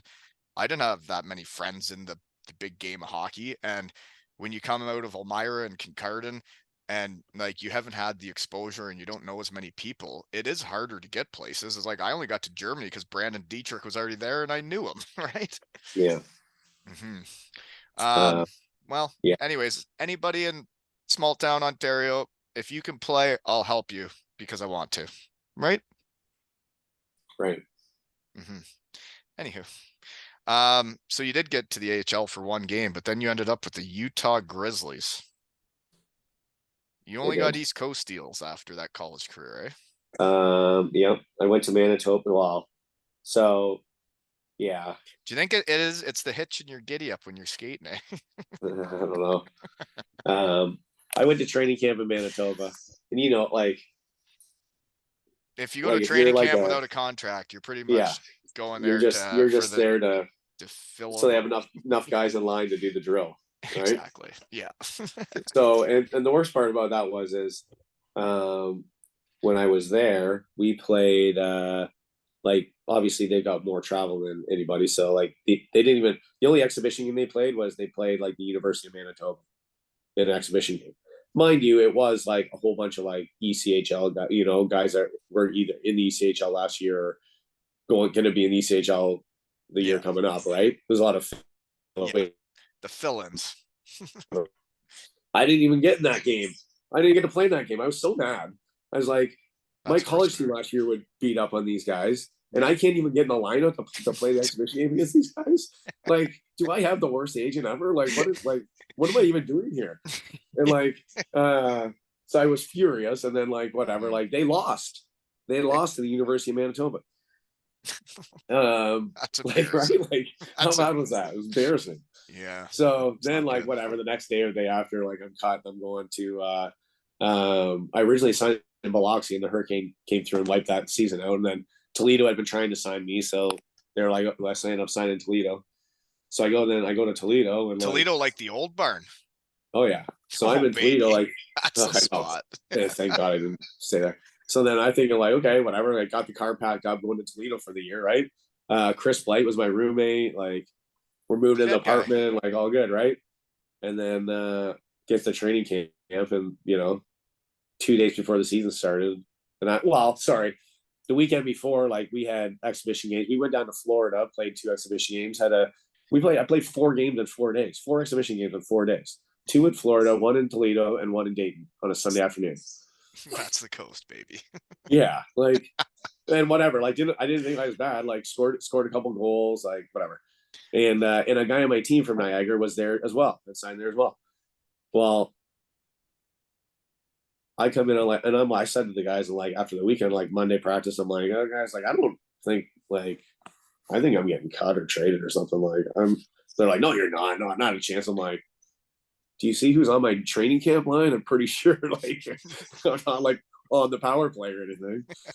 And so anyways, a couple days later, I got Nick Vitucci, who's the coach there, who actually is a nice guy. Just like he's like, I'm sorry, he's like, we just got like too many guys sent down from Grand Rapids, and we just like I don't really have a spot for you. He's like, I'm so sorry. Like, but like there's two, he's like, I made a few calls or whatever. And Stockton and Utah both want you. So he's like, I'll trade you to whoever. He's like, yes, but they're not getting anything for me. It's just like, I'll just send you to one of those teams instead of just putting you on waivers. And so I was like, all right. And like, so I called my agent and he's like, let me call around. And so I ended up going to Utah, which we made the playoffs, at least had a decent team. Like Stockton was like dead last in the league. So thank God I didn't go there. And then so that day, like I had my car and they're like, no, like we need you here tomorrow. Like, So you left the car and got on a plane? I drove to the Detroit airport, like parked my car, left the keys in like the gas tank, and get on a flight and went to Utah. Like told my parents where my car was parked and they went and got it. They drove down and got my car. So, yeah, that time of life when you're getting started to the coast, there's right, and you're there's just like vehicles so left all over North America. You're just so frustrated, and you're just like so mad, like, so angry. It was like like this I time. went to Syracuse in the A man, and I'm on an AHL deal, and like I know I hadn't had the best tryout, and you had guaranteed me the one-way deal, but it's like I'm in shape, I'm ready to go, and then in the exhibition season, I was so ready mentally, physically, and I ran amok in preseason. I had like about 2 points a game. And then the guys get sent down and they're like, well, you're not on the top two lines now, so we don't have any room for you. So you're gonna go to the coast. And then you get driving across the country and you're so wound and you're so angry and you're like, what was I supposed to do? Like score more? And then you get so angry that then it affects your play. It affected my play when I first got to Dayton. I was down and out. Yeah, so it's funny because like I saw enough guys get sent down to Cincinnati, right? And like when you like have your head, like you're especially you have a contract, you have an AHL contract, like you're expecting to play or wanting to play in the AHL, right? Yes, I sure was. And like you've had success in the past, obviously get that contract and get there, and then like all of a sudden you're like, it's the same thing, And it's the then when same you play feeling. well, and then it still doesn't work, and you're like, huh, okay. And then like so many guys who get sent down, they're like, some guys like would have a hard time adjusting to it, or like, hey buddy, like you are on a team now. Like forget about like Yeah, you getting called up. Like you got to forget about that. Just play and be part of a team and like have success that way. You can't just be worried about like how many goals you're scoring, because a lot of those guys that would get sent down, like they worry so much about their goals and assists getting back up that they don't play right. Yeah, or we had players there that were better than them. It's not like they came down and were the best. Some guys would come down and be really good players, but some guys come down and like they're on the third line. Yeah, no, we had NHL contracts getting health bombed in Dayton, and yeah, we did too, especially in the playoffs. We like yeah. I remember playing Florida in the semifinals of that year that I was so confused about how North American pro hockey worked, and I was just didn't really enjoy it all that much. But we play Florida in the semifinals, and one of their healthy scratches had played in the Coast, the AHL, and the NHL that year. And they had called him up to the NHL, but he couldn't crack the East Coast lineup in the playoffs. It's like that. Well, this is strange. How'd that work? Yeah, but yeah, it's different. It's definitely a different world. And you only played in North America, never went to Europe, eh? Yeah. Mm-hmm. And you hung them up really early. Can we tell that story? I probably would have. I would have liked to have gone to Europe, but I ended up meeting Rebecca, and just with she had a really job there, and so I ended up sticking around Cincinnati. And you had found your home there, and you were the captain of the team, and you were clearly the leader of the team. And I thought you were going to be in Cincinnati forever, but how'd it go down there? That when you were done with Cincinnati, can we tell that? Yeah, I can tell. I think it's time now. He's not affiliated with any of my teams anymore. So. Why was he before? He was the coach of Cardiff. Scaldi was? Yeah, he didn't last long. Oh, I didn't know that. It was about half a season. No, shocker. He didn't last long in golf either. Didn't last long anywhere. Anyways, so let's tell the story then. Because he came into coach. Okay, let me tell my side of it though. Is I played against you when you were just starting in Cincinnati. You were the leader of the team. You were the the straw stirring the drink, and then you became the captain. You guys win it all, not just once but twice. East Coast all decade team. Never even heard of that before. But then he became the coach, and what happened? So our coach left and went to Rochester, head coach there, and our assistant coach left and went to Coach Greenville, head coach there. So he came in to be the head coach. New assistant coach Scott Fankhauser. He's a good guy. And then we had like, considering as much turnover as there usually is in the ECHL, especially from teams that win, we had half our team back. We had a lot of players back, and not just like bottom end guys, like a lot of good players. And so we expected to have a good team, and like right from the start, he started like just getting rid of a lot of those guys. Like, did you play a season for him? Yeah. So, but it started out so right, like he got rid of a guy right at the end of training camp, a guy who had been on the team to win a championship last year, didn't even make it through training camp, got traded, didn't like him. And then we played, it was maybe the first or second weekend, and then we were playing in Elmira, and me and another guy got called up to Rochester. So we were like, yeah, we'll go, whatever. So we went up there, and we were there for, I don't know, week and a half, and Scaldi or Fankhauser or whoever did our immigration screwed my immigration up. I had no visa. So like we had a game in Hamilton, like I couldn't go. I could get into Canada, but I couldn't get back in the US, so that they didn't do my paperwork for my visa. So I couldn't go. So I didn't go to the game. I just hung out in Rochester. Then we came back, played like 1 or 2 games at home that weekend and played. And then like the next week, Abbotsford, BC had a team at the time, right?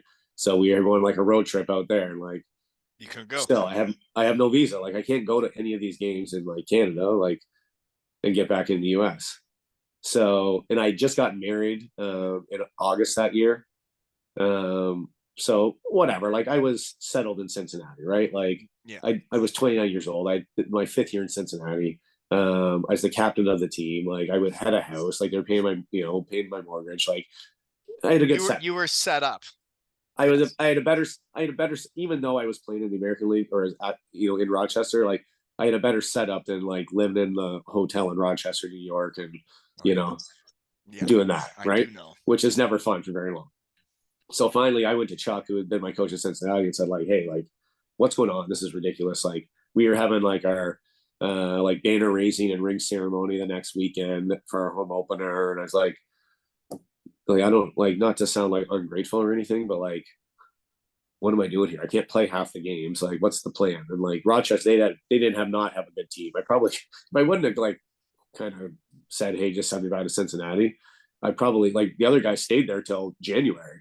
Right. He was, he was like, I was the first line center in Cincinnati. He was the second line center. Like I could have stayed. Yeah. But so anyways. And you were in the AHL with a coach you had won a championship with that knew you and then brought you with him. Which unfortunately, like, it would have been great if it would have happened 2 or 3 years earlier, right? Yeah.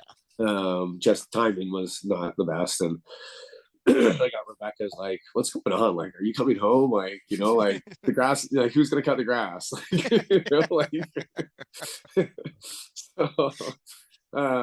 So anyways, like I go back and like, and since then we had like all these guys coming back, and we got off to a terrible start. Like we went 0-5 like the first 5 games or something, and like just a bad start. And like a lot of the guys that he had signed to bring in like weren't working out, unless like not working out on the ice, but was like not great people off the ice. And it was kind of an ugly situation. And he started making moves, and like at that point, like who do you think, like he's trading guys or moving guys? He's not moving the guys he signed and brought in. Like he's moving other guys that were kind of there, and it kind of really like splintered the team a lot. Like so anyways, season goes on, we're getting some wins, we're really not doing very well. We're just always fighting for a playoff spot. Like if you're just fighting for a playoff spot in the coast, you're not a great team, right?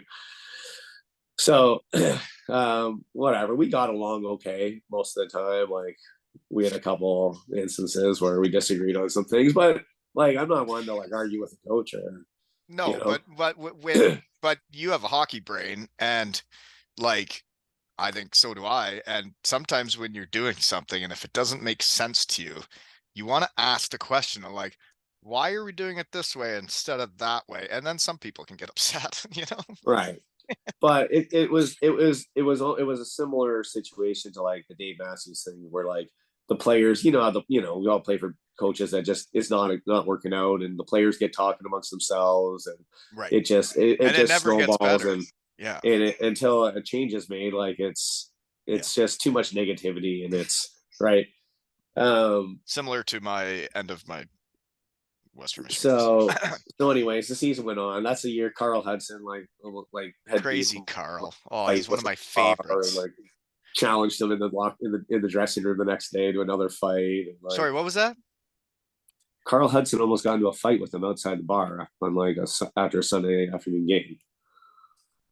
With the They coach. hated each other. They hated each other. How could you hate Carl? So Carl's one. He got sent down from Rochester, and Okay. like And he he wasn't feeling the he was coast like, yet. and Carl's like, oh, I want to play. I want to get back to Rochester, right? Gonna come Yeah. down and like play really well, get back to Rochester. And like those two hated each other so much. Like Carl barely played. Like he was in the doghouse from day one. Like so eventually we had a Sunday afternoon game. It was like right after Christmas. And this bar like downtown Cincinnati, like they set up, we like go there, just the team, right? Food after, watch some football, whatever. And so the coaches that showed up like a few hours after we've all been there. Right. Like everyone's like having Everybody's beers and having stuff. Like fun. Yes. not a good situation when like When it's like yeah, it's when guys when, are we're not winning, guys aren't getting along with the coach, stuff like that, right? right. So It's not their time to um show up and so get into anyways, I was there shortly after they got there. Like I was out of there, I was going home, and I wake up the next morning to like voicemails on my phone, text messages, and like so whatever. I get up, I get in the rink early, and when guys like, hey, like I'm like, what happened last night? He's like, oh, like Hudson almost got in a fight with Scaldi. Like we had to like guys were like holding them back, like going at each other outside the bar. So I don't know what exactly was said between the two of them or whatever, but you know what Carl is like when he gets like really drinking like whiskey, right? Or whatever. Is that what he he drinks? well yeah, I don't he never really got into whiskey, but like Well, that's maybe he what's interesting stopped for after me that. is like every time I hung out with Carl and we had drinks and had fun, like he had fun. He was a fun guy. He's when he's drinking, he wasn't an angry guy trying to Then fight he must anybody. have stopped drinking whiskey. That must have been what it was. So Or they really hated each other. yeah. So then the next and meanwhile he's like waking up like, and he comes in and he's like, hey, like this is what happened. Like I just want to like I'm going to go in and apologize, right? Because usually you go into the practice, your coaches are already there, right? Mm-hmm. Always. Yeah. Well, the assistant coach was there. The head coach was nowhere to be found. Hadn't showed up. And we're at like 10 o'clock practice or whatever. It's like, all right, he's still not here. Still not here. The assistant coach comes in and writes on the board like, like 9:45 meeting. So and like Carl's like just ready. Like as soon as he sees that, he just wants to apologize. Like Yeah. talk this out. Like water under the bridge. Like let's whatever. We're Move drunk. on. Yeah. Yeah. He doesn't even get that opportunity. We're all sitting there at 9:45. The coach walks in and just starts laying into him. Like I've never seen anything. I've never been so disrespected in all my years of hockey. Like I've never seen a player act that way. Like putting everything on Carl. And Carl, meanwhile, is like being professional about it. Just like still just wants to apologize. Right? Like probably in the back, he still probably hates the guy, but probably in his head Yes. too. He's like, I don't want to get in shit with Rochester. Like I'm already down here. Like. Yeah. So doesn't even get it, and he's just like, you want to fight? You think you can fight me? Let's go outside right now, you and me. Let's go finish this. Carl's just like, finally, he's like, no, I don't want to fight. Like, I want to apologize. Like, I'm sorry. Like I don't like. I'm sorry for everything that happened. Like, can we like Yeah. get through? Like work this out and then like he kind of stormed off. That's in front of the And I whole think team. the funny thing about it is like they actually got along better after that the rest of the season. Like Carl was there the whole rest of the season. Never got called out. The two of them actually got along a little bit better the rest of the season. So then the season continues on, and we were like it was all the things that like happen on losing teams. Like we have like a guy like shows up, doesn't show up at practice the next day, like he had a DUI the night before, like like just stupid stuff, like just it was just a mess. So and on like a Tuesday night, like the guy gets a DUI like a Tuesday night, like right, like Yeah. so not that there's a good day to get it, but like what you doing? Yeah. Yeah. What were you doing on Tuesday? So anyways, and like we ended up making the playoffs. I think we were like the 7th seed or whatever, lost first round, and it was just a kind of a miserable season. So anyways, he and mind you, preface this with the summer before when Chuck left. Chuck took the job, and he'd already signed some people, and he's like, "Hey, like, what do you want to do next year? Like, do you want to sign? Like, or he's like, are you interested in coaching? Like, if whatever. Like, I know he like Scully was maybe like one of the guys that was like top candidate for like being the head coach. He's like, hey, like, if you want to get into coaching, I can just like I'll put a good word in for you. Like, you want to be the assistant coach?" And I was at the time I was not ready to be done playing yet, really, right? You could still play. You had just been in the AHL. Yeah. Yeah, right. Like, right. So I was like, no, like I don't want to be done playing. I'm not ready to stop. Yeah. And like I was our leading scorer the year before. Like we just won a championship. Like, right. So Yeah. so anyway, season ends, and I go in for my like year-end meeting, exit meeting or whatever, and it was all positive. It was all great. He's like, you're a great player, like, great leader, loved having you, like, and it's like I played a ton. Right. Like I was our leading scorer of the team that year. Like I was on the first part, like I played all the time, killed penalties, played every situation. The same way you did everywhere you played. Yep. Okay. Yeah. So and it was all positive. Like, hey, like, obviously we want to have you back, and like we'll talk, later as the summer's on, but I definitely want to have you back. And I was like, okay, yeah, great. All good. Left it at that.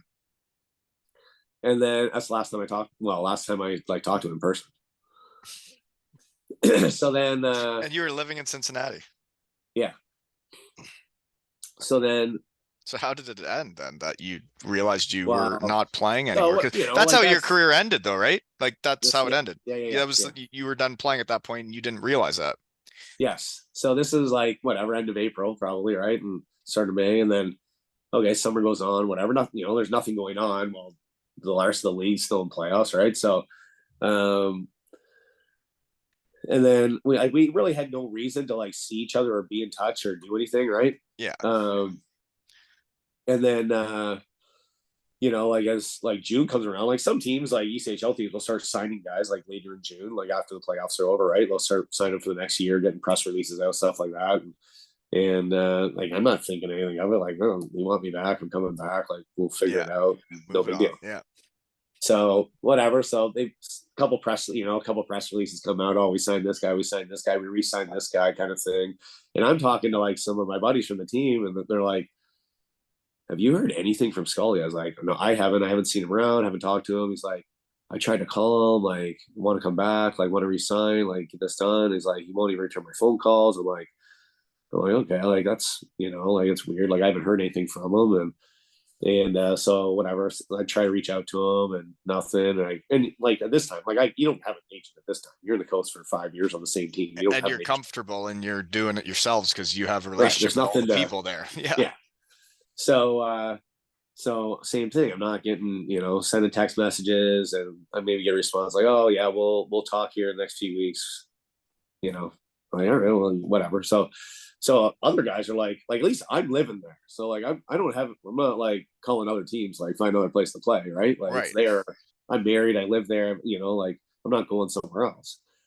And some other guys like, okay, whatever, they end up leaving and going somewhere else or signing with another team, just let them go. And guys that wanted to come back. And then it was kind of like what's going on? Yeah. And then I remember obviously the equipment manager had been there the whole time. I think he's still there. He called me, or I saw him somewhere. He's like, "Hey, like," and we were great friends. He's like, "Hey, like, I gotta tell you, like, I was in his office last week or the other day, and like, he closed the door, and I can see like the lineup on the back of the door or whatever, right?" And you were like, on there. you're not anywhere on there. And so that was like, When you and realized. almost Yeah. by this point, like talking to some other guys, are like, okay, like something just isn't right, right? Yeah. And so when he told me that, like obviously, like everything started to make sense.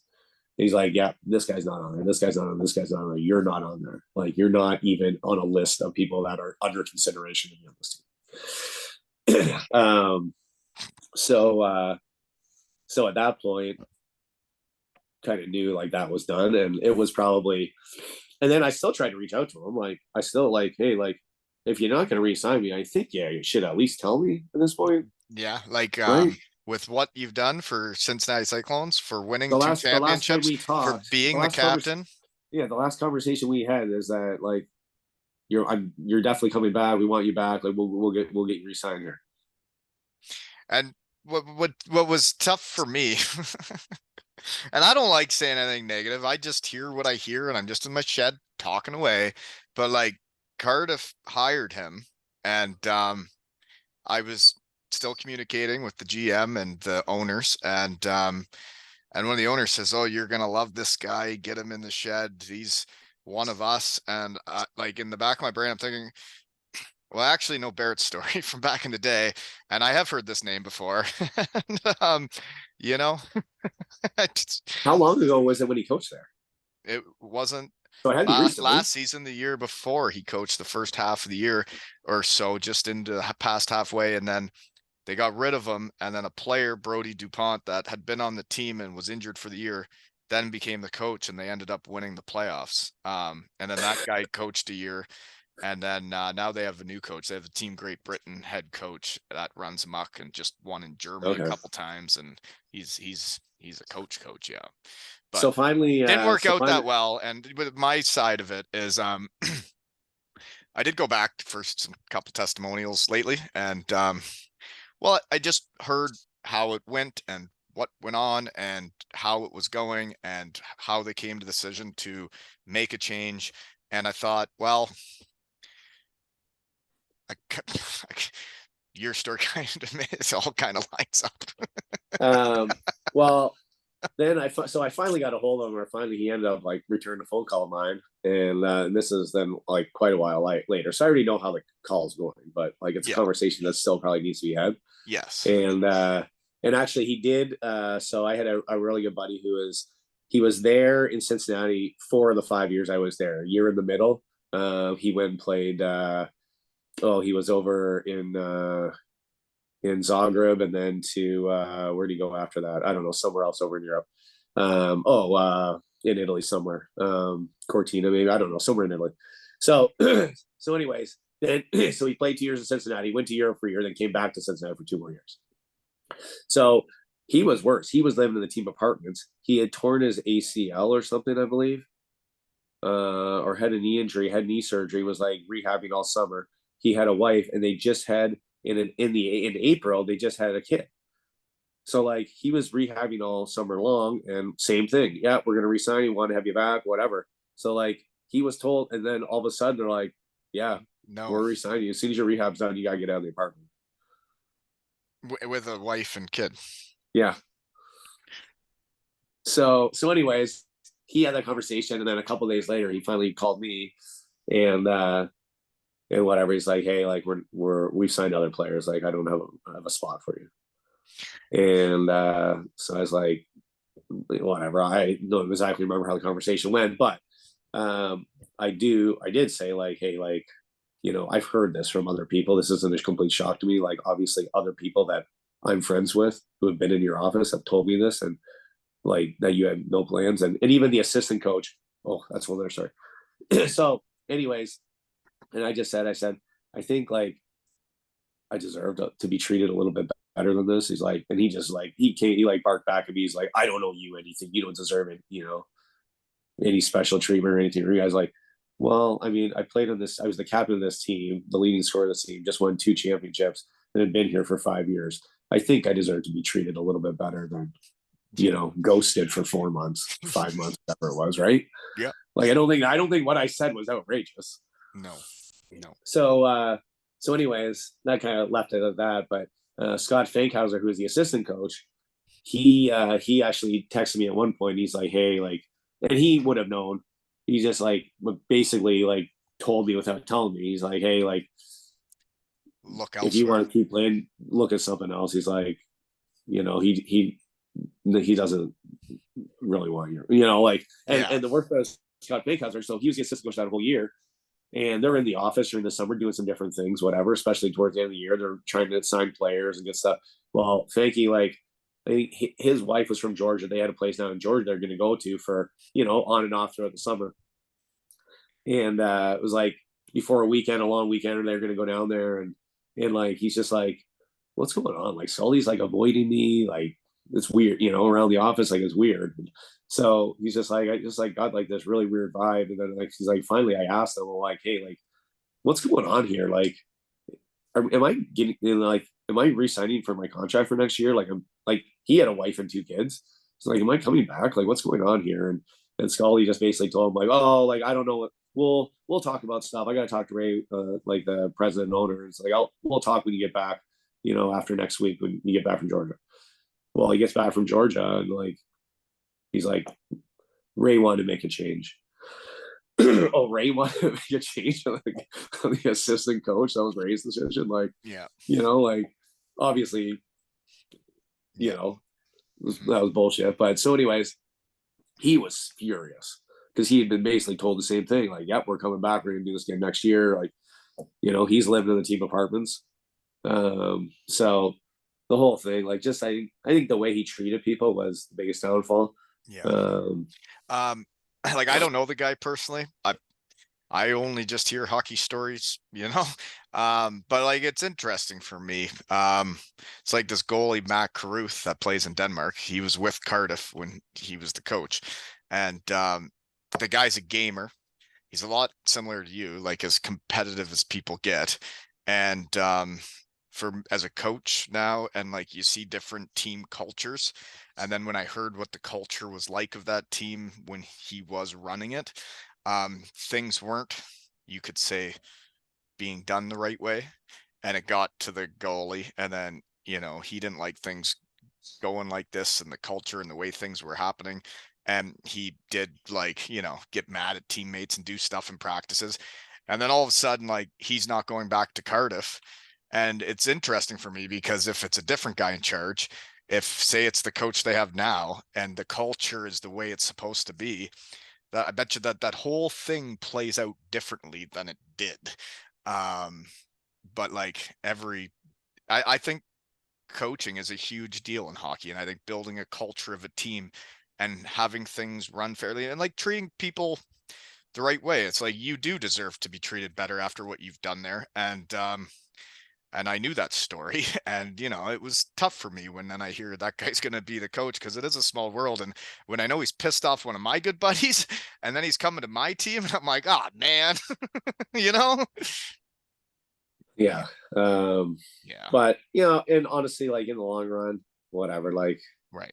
Things always I work had out in the wash, though, right? And that's the way I look at it. And things always work out for a reason. And like they do have a coach, that the coach they should have there now, and they're doing great, and you can see the culture they have as a team.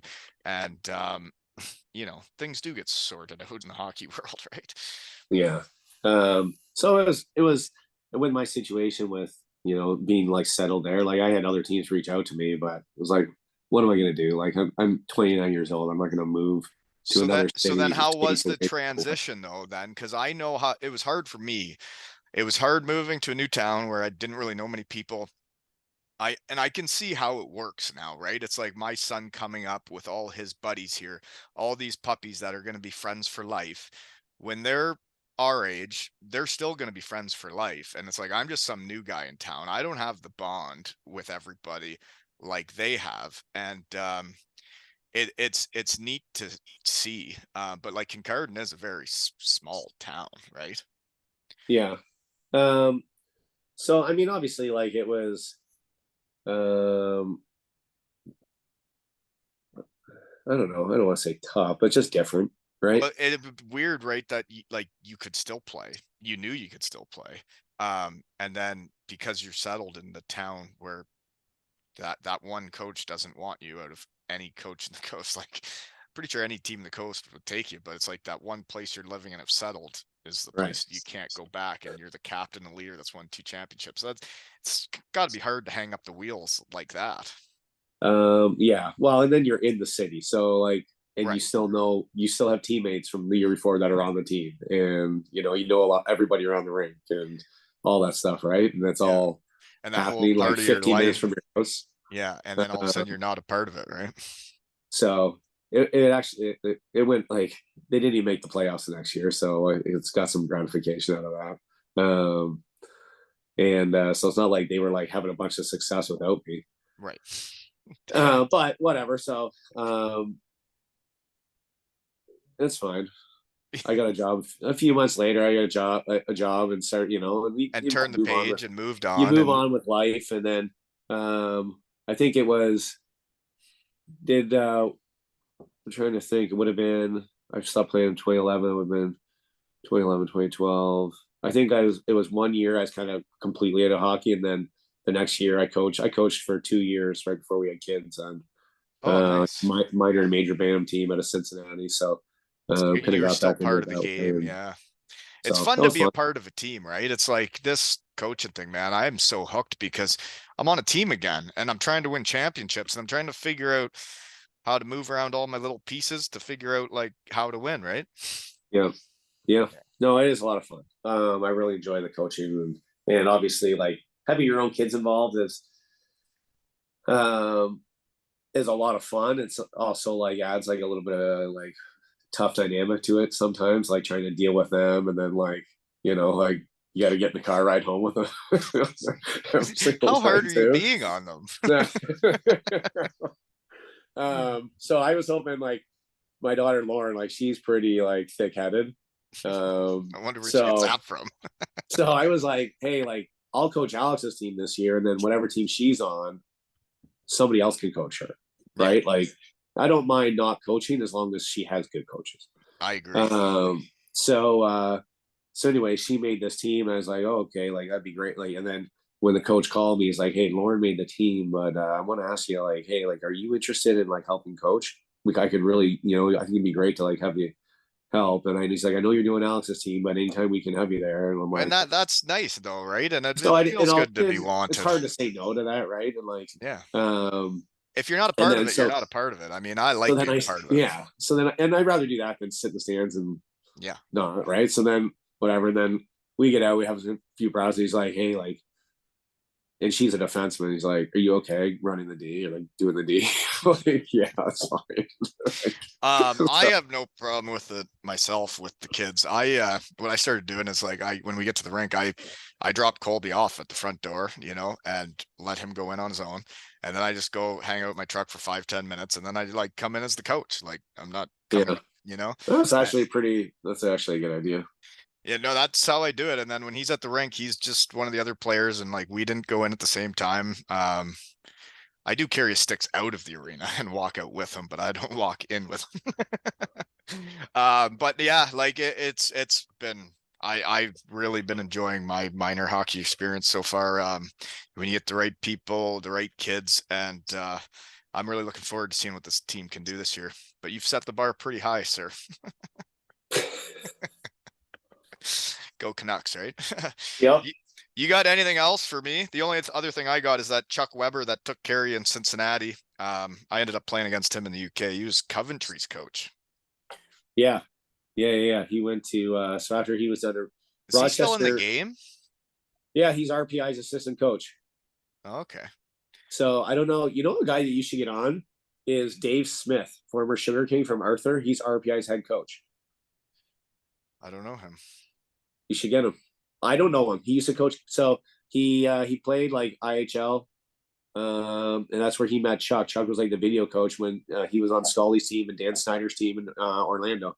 They won the Turner Cup, whatever. Right. And then he was a assistant coach at Canisius, I think, got the head job, and then had a few good seasons there, and then got the head job at RPI. And Chuck had always stayed in touch with him. Well, those are the type of And people I like to get to know. So then when I raise these puppies right, or I see kids from other towns around here that can play, I mean, I do have a couple contacts right now in NCAA where I'm getting texts from NCAA coaches now, like, do you know this kid? Can you give me a background check? And that's how hockey yeah, works. And then you send a text to someone you trust, and what they say back, you forward back over, and that's hockey, right? yeah, How you treat people and how you do your business, it what goes around comes around, right? yeah. And he would probably be, oh well, how old Scaldy be? Early 50s, probably. I don't know. I don't know. Dave Smith would probably be. He probably played Sugar Kings like mid 90s Okay. before they were good. There's a lot of Probably people to have 93 to on in the hockey 95, somewhere world, in man. there. There's a lot of people to have on in the hockey world. It's wild. Yeah, I can't keep up.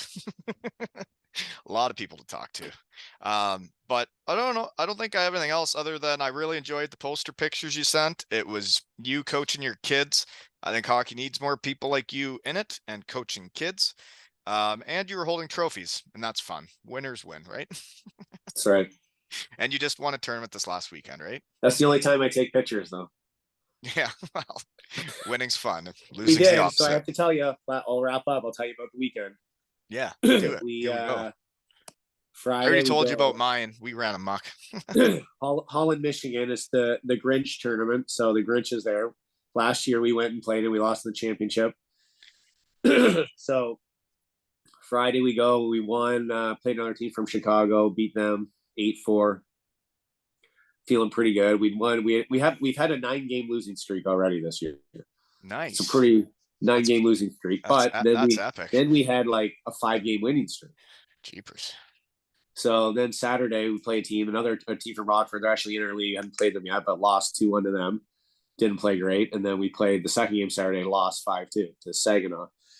So, anyways, we're in the semifinals on Sunday morning, and we're playing the team we beat on Friday. So beat them, I don't know, 6-4. And now we're in the championship against the team we lost to 5-2. Yeah. So the kids are like, even my son Alex is like, I don't know, they beat us 5-2. I'm like, who cares? Like, it Yeah. was a close game till the end. They got a couple late goals. Like, if we play better, we all play well. Like, we can win, right? So, and they're pretty fired up. They're in the championship game, first championship game for most of them. And we played the best. They played the best game all season. Our goalie played awesome. That's awesome. We got up. We were up 2-0.